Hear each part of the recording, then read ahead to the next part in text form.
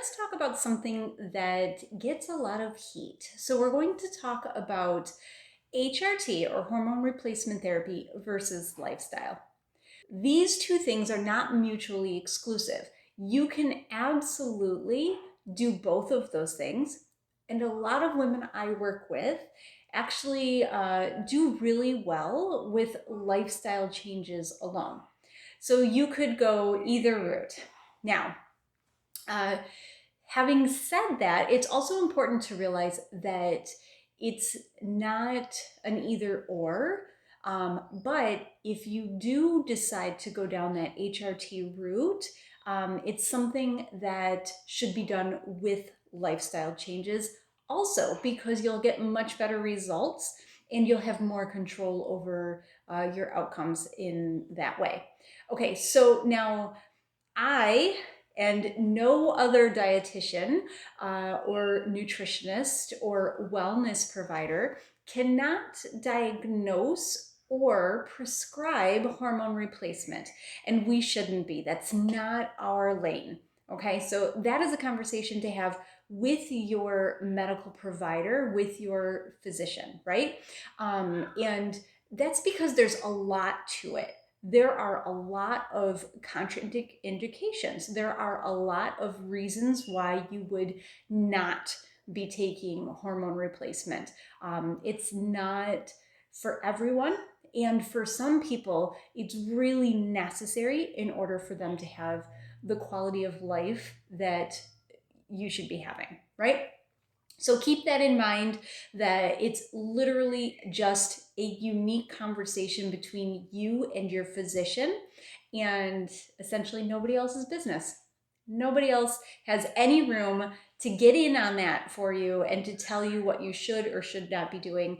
There is no right way, there is no wrong way. And this, unfortunately, is a topic of a lot of drama. And I don't think we need any more drama.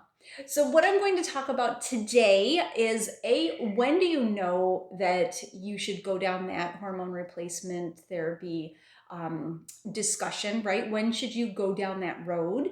And that really depends on your experience in perimenopause. So for a lot of women, the symptoms that go along with perimenopause are debilitating. Hot flashes, imagine being a lawyer standing up in front of all of the people in the courtroom and all of a sudden experiencing a hot flash where they start breaking out in sweat and they sweat right through their clothes. Probably not really great, right? Or imagine caring for your mom, caring for your kids, being a part of that sandwich generation where you've got all of these demands on your time and you just can't get out of bed in the morning. You need some kind of intervention at that point. So there are a ton of reasons for as many women who experience this, and that's all of us. There are the same number of reasons why you might go down that route. There are also the same amount of reasons why you might not go down that route. Okay, so maybe you have a health condition that means that you shouldn't be taking hormone replacement. And cancer risk is not really a good reason these days. There are ways around that. So make sure that you have a knowledgeable physician, someone who knows what they're talking about, and talk to them. Now, some of the things that come up in perimenopause, depression comes to mind for me, and mood swings. A lot of times your physician might jump right to, your provider might jump right to antidepressants. Sometimes it's literally just a case of maybe needing that HRT instead of the antidepressant.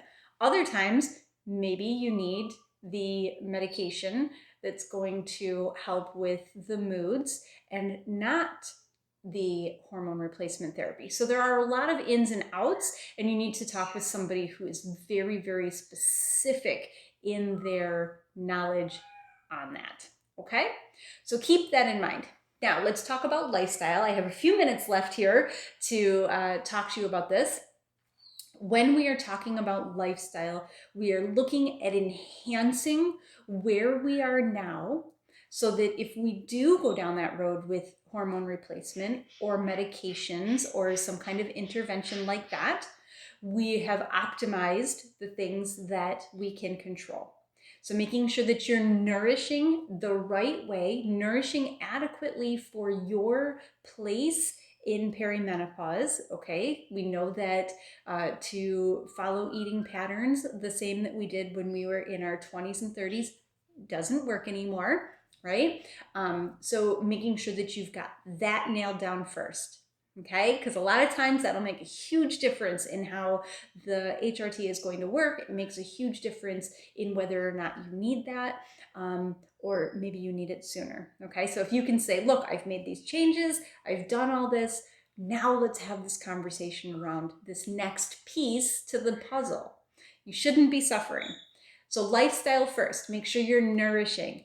Make sure that you're doing appropriate fitness, right? Getting enough fitness, working on that strength training, getting the cardio, because really when it comes to things like moods and metabolism and a lot of the other things that we go through, bloating, belly bulge, weight gain, a lot of these things can be made a little bit more tolerable or even go away. You can control them much better if you are doing the right kinds of exercise, okay? And then of course, I'm going to talk about prioritizing self-care, because you're not 20 anymore, you're not 30 anymore, and you need more time to dedicate to yourself. You need more time to dedicate to recovery and restoring and setting yourself up for success. So something to think about. And now that the dogs are going crazy, I'm going to say that's it for today. I also wrote a blog post on this, so make sure you go and read that. And as always, if you have questions, reach out. I'm happy to answer them.